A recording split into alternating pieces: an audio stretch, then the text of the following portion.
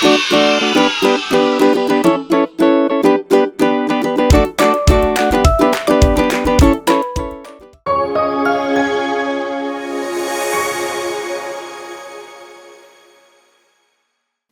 పిల్లలు!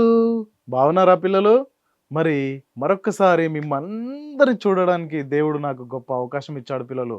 అంత మాత్రమే కాదు, మరొక్కసారి మీకు మరికొన్ని విషయాలు చెప్పడానికి దేవుడు నాకు అవకాశం ఇచ్చాడు. పిల్లలు, మరి మొదటి రోజు, రెండవ రోజు, మూడవ రోజు 3 లెసన్స్ మనం విన్నాం కదూ! పిల్లలు, మరి ఈ సంవత్సరం థీమ్ ఏంటో మీకు గుర్తుందా?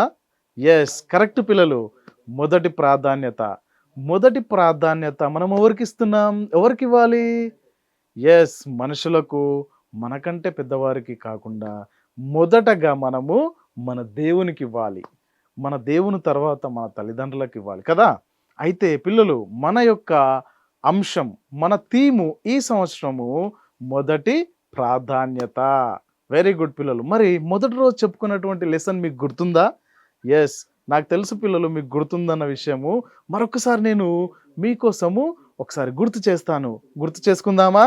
Let's go! పిల్లలు, మొదటి రోజు దావీదు మహారాజు ముసలివాడైనందుకు మరి తన కుమారుణ్ణి రాజుగా నియమించుకున్నారు. పట్టాభిషేకం చేశారు. కిరీటం ధరింపజేశారు కదా! మరి దేవుడు ఒకరోజు తనకు జ్ఞానం ఇచ్చాడు.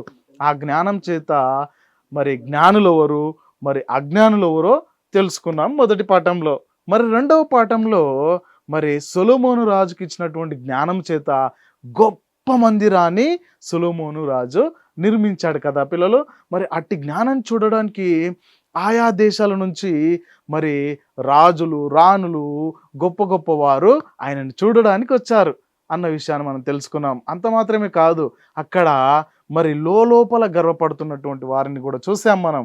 ఎవరు గర్వపడతారు? మరి మూర్ఖులైనటువంటి వారు కదా! నేనే గ్రేట్ అనుకున్న వాళ్ళు గర్వపడతారు. వాళ్ళు దేవునికి దూరం అవుతారన్న విషయాన్ని కూడా తెలుసుకున్నాం. అలాగే కుటుంబం విషయం కూడా తెలుసుకున్నాం. మరి కుటుంబంలో అమ్మా నాన్న కష్టపడదాన్ని మనం ఏ రకంగా దాచుకోవాలి, ఏ రకంగా దాన్ని వినియోగించుకోవాలి, ఎలాంటి జ్ఞానం చేత దాన్ని కాపాడుకోవాలి అనే విషయాలు మనం తెలుసుకున్నాం కదా! మరి మూడవ లెసన్‌లో మనం తెలుసుకున్న విషయాలేంటి? మరి కుటుంబ విషయం. కుటుంబంగా మనం ఏం చేయాలి?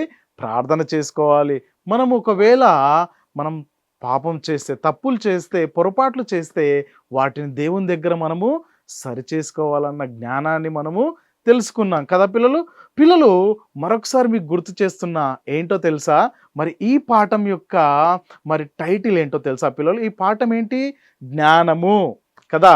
మరి ఈ జ్ఞానము అనే పాఠాన్ని మనము ఈ 3 రోజుల నుంచి మనము తెలుసుకుంటూ వచ్చాం. పిల్లలు, మరి ఈరోజు 4వ లెసన్ చెప్పాలనుకుంటున్నాను పిల్లలు. మరి జాగ్రత్తగా వింటారు కదూ!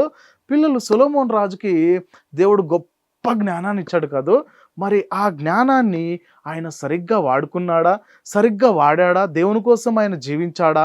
అనే విషయాలు తెలుసుకుందాం పిల్లలు. పిల్లలు, మరి అలాంటి జ్ఞానికి దేవుడు కొన్ని నియమ నిబంధనలు దేవుడు దయచేశాడు పిల్లలు. 5 నియమ నిబంధనలు దేవుడు దయచేశాడు. అయితే మొదటిది ఏంటో తెలుసా పిల్లలు? మరి దేవుడు ఇజ్రాయెల్ జనాంగం నుంచి, ఇజ్రాయెల్ వంశము నుంచి ఆయన తరతరములు ఒక గొప్ప రాజును ఎన్నుకుంటానన్నాడు. ఎవరు? మన దేవుడు కదా! అది మొదటి నిబంధన. మరి రెండవ నిబంధన ఏంటో తెలుసా? రెండవ నిబంధన ఏంటంటే, మరి నువ్వు మరి బహుమంది భార్యలను కలిగి ఉండకూడదు.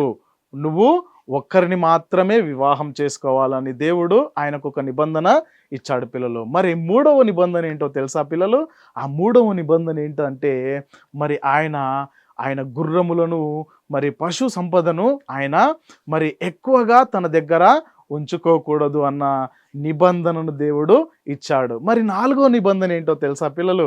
4వ నిబంధన, నీ యొద్ద బంగారము, మరి తర్వాత సిల్వర్, తర్వాత ధనము, మరి వజ్రాలు, ధన సంపద ఇవి ఎక్కువగా నీ దగ్గర ఉండకూడదు అని దేవుడు ఆయనకు ఒక నిబంధన చేశాడు పిల్లలు. మరి 5వ నిబంధన ఏంటో తెలుసా పిల్లలు? ఈ 5వ నిబంధన, ధర్మశాస్త్రాన్ని ఆయన ప్రతిదినము పాటించాలి అనే నిబంధనను 5 ఇచ్చాడు పిల్లలు. మరి సొలొమోను చాలా జ్ఞానం కలిగినటువంటి వ్యక్తి కదా! మరి సొలొమోన్ రాజు ఏం చేశాడో తెలుసా పిల్లలు? మరి ఆయన దేవుని యొక్క ధర్మశాస్త్రాన్ని ప్రతిదినము పాటించకుండా తనకిష్టానుసారంగా తన జ్ఞానంతోని ఇంకా నడవడం ప్రారంభించాడు పిల్లలు. ఎప్పుడైతే తన జ్ఞానంతో నడవడం ప్రారంభించాడో తను ఇంకేం కోరుకున్నాడో తెలుసా? మరి నాకు ఈ ఆస్తి సరిపోదు. నేను ఈ సంపద నాకు సరిపోదు అని చాలా ఎక్కువగా సంపాదించుకున్నాడు. దేవుడు ఏం చెప్పాడు పిల్లలు? నీకు ధనం కానీ, తర్వాత వెండి కానీ, తర్వాత బంగారం కానీ ఎంత ఉండాలని చెప్పాడు? కొద్దిగా మాత్రమే ఉండాలని చెప్పాడు. కానీ సొలొమోన్ ఏం చేశాడో తెలుసా? దాన్ని సంపాదించుకోవడానికి ఆయన చాలా ప్రయత్నాలు చేశాడు. తనకున్నటువంటి జ్ఞానం చేత నడుచుకున్నాడు. మరి అందులో కూడా ఫెయిల్ అయిపోయాడు పిల్లలు. మరి మూడో విషయంకొస్తే ఆయన మరి బహుమంది భార్యలను పెళ్లి చేసుకున్నాడు. పిల్లలు మరి ఆయన ఒక్క భార్యను పెళ్లి చేసుకోవాలి. ఒక్క ఆమెను మాత్రమే పెళ్లి చేసుకోవాలి కదా! మరి కానీ ఏం చేశాడో తెలుసా?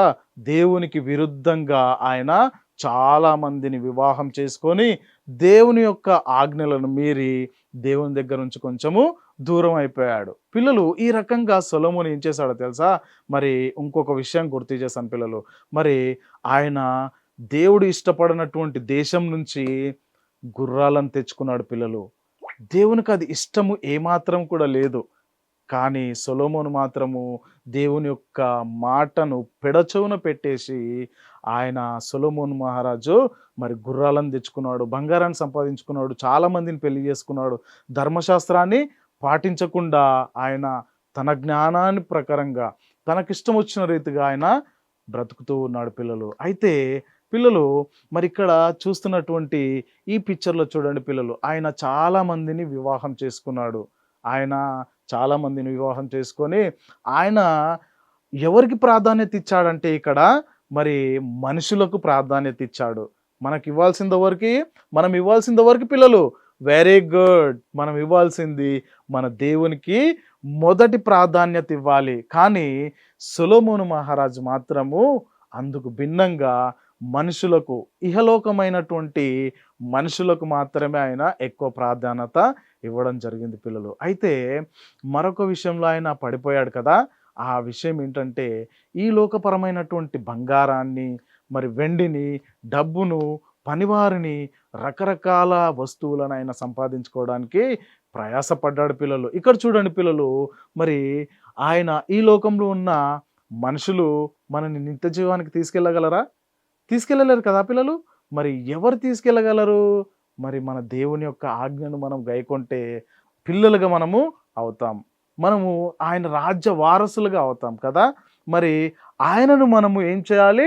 అనుకరించాలి. ఆయనను మనం ఫాలో అవ్వాలి. ఎప్పుడైతే దేవుని మాటలకు మనం విధేయత చూపిస్తామో దేవుడు మనల్ని దీవిస్తానన్నాడు కదా! మరి అత్యాశ కలిగి ఎక్కువ సంపాదించుట అది మూర్ఖపు జ్ఞానము కదా పిల్లలు. మరి మూర్ఖులు ఏం చేస్తారు? నాకు ఎక్కువ కావాలని ప్రయాస పడుతుంటారు. ఈ లోకంలో సంపాదించింది ఒకరోజు తుప్పు పడిపోతుంది. ఒకరోజు అది నాశనం అయిపోతుంది కదా! మరి ఈ లోకంలో మనం మరణించినాం అనుకో, దాన్ని మనం తీసుకెళ్ళగలుగుతామా? తీసుకెళ్ళలేం కదా పిల్లలు. ఉట్టి చేతులతో వెళ్ళిపోవాల్సిన వారమే కదా! మరి ఈ లోకంలో ఆయన దగ్గర చాలామంది పనివాళ్ళు ఉన్నారు. ఆయన దగ్గర చాలామంది మరి వాయిద్యాలు వాయించేవారు ఉన్నారు. ఆయన దగ్గర చాలా గ్రంథాలు ఉన్నాయి. ఆయన రాసిన పుస్తకాలు ఉన్నాయి. రకరకాలే ఉన్నాయి. కానీ అవి మోక్షానికి, పరలోకానికి, నిత్య రాజ్యానికి తీసుకెళ్ళగలవా? ఈ లోకంలో ఒకవేళ చనిపోయామనుకో ఏమి తీసుకెళ్తాం పిల్లలు? ఏమి కూడా తీసుకెళ్ళలేం కదా! మరి ఈ మరణం నుంచి ఎవ్వరు కూడా తప్పించలేరు. మరి మరి ఆయన భవనాలు కట్టుకున్నాడు. కొత్త కొత్త బిల్డింగ్స్ కట్టుకున్నాడు కదా! పెద్ద పెద్ద భవనాలు చాలా ఎక్కువగా సంపాదించుకున్నాడు. సంపాదించుకున్నటువంటి బంగారము నిత్య జీవానికి తీసుకెళ్తుందా పిల్లలు? తీసుకెళ్ళలేదు కదా! కానీ ఆయన ఎవరికి ప్రాధాన్యత ఇచ్చాడంటే బంగారానికి ఇచ్చాడు, గుర్రాలకు ఇచ్చాడు, మనుషులకు ఇచ్చాడు. కదా! మరి ఈ రకంగా సొలొమోను ఏమైపోయాడంటే జ్ఞానము దేవుని దగ్గర పొందుకొని దాన్ని దుర్వినియోగం చేసుకోవడం ప్రారంభించాడు. మరి అట్టి జ్ఞాని ఒకానొక దినాన ఒక విషయం తెలుసుకున్నాడు. ఈ లోకంలో ఉన్నదంతా సమస్తము వ్యర్థము. వ్యర్థము వ్యర్థము వ్యర్థమని ఆ విషయాన్ని తెలుసుకున్నాడు పిల్లలు. మరి ఆ జ్ఞాని అయినటువంటి సొలొమోను మన నిమిత్తము, మనందరి కోసము ఇదంతా వ్యర్థము. ఈ లోకంలో ఉన్న వాటి వల్ల మనము దేవుని దగ్గరికి చేరుకోలేము. ఆయన తీర్పులో మనము నిలబడాల్సిన రోజు ఒకటి ఉంది. మరి ఆ రోజున లెక్క చెప్పాలి కదా. మరి ఆ లెక్క చెప్పే దినాన మనము 2 మార్గాలు ఉన్నాయి కదా పిల్లలు. ఒకటి పరలోకం, ఒకటి నరకం. మనము మూర్ఖంగా జీవించి కదా, గర్విష్ఠులుగా జీవించి, మనము ఈ లోకంలో అజ్ఞానులుగా జీవించినట్లయితే మనం ఎక్కడ వెళ్ళిపోతాం? నరకానికి వెళ్ళిపోతాం. ఒకవేళ దేవుని యొక్క జ్ఞానాన్ని పొందుకొని, దేవుని యొక్క జ్ఞానము ఆయన జ్ఞానంలో నడిచితే మనం ఎక్కడికి వెళ్తాం పిల్లలు? నిత్య జీవానికి వెళ్తాం కదా. మరి ఆ నిత్య జీవానికి వెళ్ళే మార్గాన్ని ఆయన తెలుసుకున్నాడు పిల్లలు. అందుకోసమే ఆయన మన పరిశుద్ధ గ్రంథంలో ఉన్నటువంటి ప్రసంగి గ్రంథాన్ని ఆయన రాశాడు పిల్లలు. అందులో సమస్తము వ్యర్థము అని ఉంది. మరి ఒక్కటి మాత్రమే మనల్ని ఆ నిత్య జీవానికి తీసుకెళ్ళగలుగుతుంది. అదేంటిది పిల్లలు అంటే దేవుని యొక్క జ్ఞానము. పిల్లలు బైబిల్ ప్రకారంగా మరి ఎవరు జ్ఞానులు, ఎవరు మూర్ఖులు, ఎవరు అజ్ఞానులు అని అంటే దేవుని కలిగి ఉండుటే జ్ఞానం కదా పిల్లలు. దేవుని కలిగిన వారు జ్ఞానులు. దేవుని విసర్జించిన వాళ్ళు, దేవుని దూరం చేసుకున్నటువంటి వాళ్ళు అజ్ఞానులుగా మెలిగిపోతారు కదా. మరి అట్టివారు మరి జ్ఞానులుగా ఎంచబడరు. మరి జ్ఞానులు దేవుని యొక్క ఆజ్ఞలను, కట్టడలను, నియమాలను ఎవరైతే గైకొని దేవునికి విధేయత చూయించి మరి ముందుకు సాగుతారో వాళ్ళని జ్ఞానులని సంబోధిస్తాం కదా పిల్లలు. ఇక్కడ మీరు గమనించాలి, మరి సొలొమోను మహారాజు ఆయన వ్యర్థమన్న విషయాలను ఇంకా అక్కడితో వదిలేసి ఆయన మరొక్కసారి దేవుని యొక్క కృపను పొందుకొని మరి మంచిగా చక్కగా మనకు పరిశుద్ధ గ్రంథంలో ప్రసంగి ద్వారా మనకు అనేక విషయాలు, జ్ఞానయుక్తమైనటువంటి విషయాలు మనకు తెలియజేశాడు పిల్లలు. మనం కూడా పరలోక సంబంధమైనటువంటి జ్ఞానాన్ని కలిగి ఉండాలి. నీవు, నేను, మనందరం ఇక్కడ ఉన్న కూర్చున్న వాళ్ళందరం కూడా మనము దేవుని జ్ఞానాన్ని పొందుకోవాలి. మరొకసారి గుర్తు చేస్తున్నాను పిల్లలు, ఎవరికైతే జ్ఞానము కొద్దిగా ఉందో వారు దేవుని అడగాలి. అప్పుడు దేవుడు ఏం చేస్తాడు? జ్ఞానాన్ని దయచేస్తాడు పిల్లలు. మరి మనందరం అట్టి జ్ఞానాన్ని పొందుకొని దేవునికి ఇష్టంగా జీవిద్దామా? ఓకేనా పిల్లలు? థ్యాంక్ యూ సో మచ్ పిల్లలు. Bye.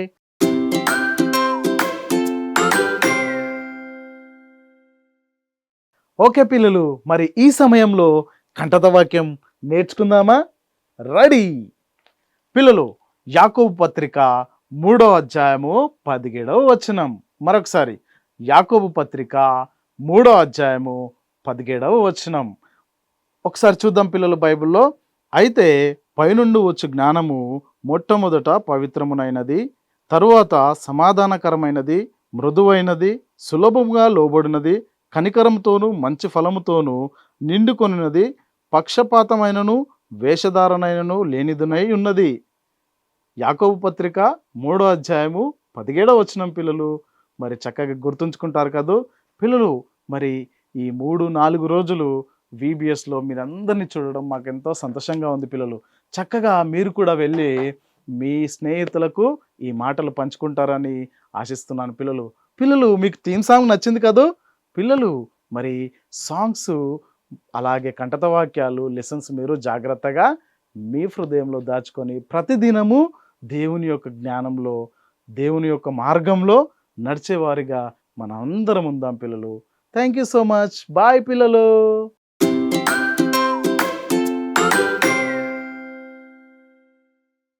Hello children, primary day 4 colouring and crafting టైంకి మిమ్మల్ని అందరినీ ప్రేమపూర్వకంగా ఆహ్వానిస్తున్నాం. మరి ఇదే మన లాస్ట్ క్రాఫ్టింగ్ పిల్లలు. మరి మీరు రెడీగా ఉన్నారా? అన్నయ్య కూడా రెడీగా ఉన్నారు. మరి చూసేద్దాం ఈరోజు క్రాఫ్ట్ ఏంటో. మేము కూడా రెడీ. ఓకే, మరి మనకి ఈ లోకంలో జ్ఞానం చాలా ఉంటుంది కదా. ఆ జ్ఞానము గురించినటువంటి లెసన్ మీరు విన్నారు. ఓకే, దాని గురించినటువంటి క్రాఫ్ట్ కూడా మనం చేయబోతున్నాం. ఇలాగ మనకి ఈ పేపర్ ఇస్తారు.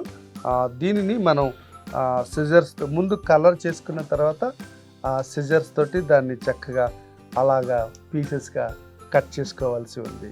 తర్వాత భాస్కర్ దాన్ని చూపించండి, ఎలా అతికించాలో అనేటువంటిది చూపించండి. కలర్ చేసిన తర్వాత చూడండి పైన ఏమి ఉండాలి? సిలువ ఉండాలన్న. ఓ క్రాస్ ఉంది. ఓకే. అవునన్న.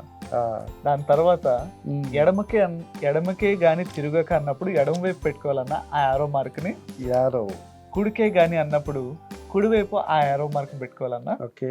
కింద మీరు అనే ఈ క్రాస్ ని మీరు పెట్టుకోవాల్సి ఉంటుందన్న. రైట్. Wow wow. దీన్ని ఇలా అతికించిన తర్వాత చాలా చక్కగా వచ్చింది. భాస్కర్ దీనిపైన ఉన్నది ఏంటో చదవండి అన్న. ఇది ఒక రూట్ మ్యాప్ లా కనిపిస్తుంది అన్న. కింద నుంచి స్టార్ట్ అవ్వాలన్న. ఫస్ట్ అవును, మీరు కుడికే గాని ఎడమకే గాని తిరుగక మీ దేవుడైన యెహోవా ఆజ్ఞాపించినట్లు జాగ్రత్త పడవలెను. ఓకే. అంటే ఎడమకి కుడికి తిరగకుండా దేవుడు ఏమైతే ఆజ్ఞాపించాడో దాని వైపే నడిచినప్పుడు ఈలోక జ్ఞానం మనకు అక్కర్లేదు, దేవుడు గొప్ప జ్ఞానం ఇస్తాడు. అవును. అలాంటి గొప్ప క్రాఫ్ట్ని మీరు ఫైనల్ డే అయిన ఈరోజు చేయబోతున్నారు. థ్యాంక్ యూ పిల్లలు. మరి ఈ రోజుతో మన క్రాఫ్ట్ అండ్ కలరింగ్ టైం ముగిసింది. ప్రభు చిత్తం అయితే next year VBS colouring and crafting టైంలో మళ్ళీ కలుసుకుందాం. ఈ క్రాఫ్ట్స్ అన్నీ కూడా మీరు జాగ్రత్తగా దాచిపెట్టుకోండి. See you పిల్లలు. Thank you. Bye bye.